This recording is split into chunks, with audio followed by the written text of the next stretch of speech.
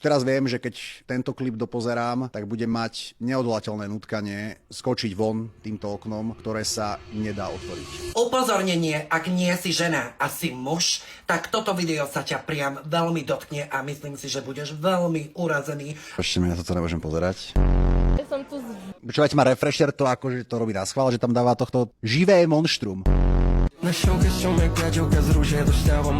Práve sme videli najviac heterosexuálneho voliča PSK. No netypol si správne, ja mám 20. Ja mám 20 rokov, chápeš? Oh, fuck you! Ja mám 20 rokov, 22. Ja si myslím, že musel jedine zlyhať otec. Neviem, čo by som vás povedal. To musel proste zlyhať otec. Riadíme a zmotávame sa a aj tak všetky víry teraz. Jaro Naď by sa mal ukludniť. Chápem, že Jaro Naď robí sidequesty, ale myslím si, že by si mohol nájsť iný koníček. To tomu až tak nesedí.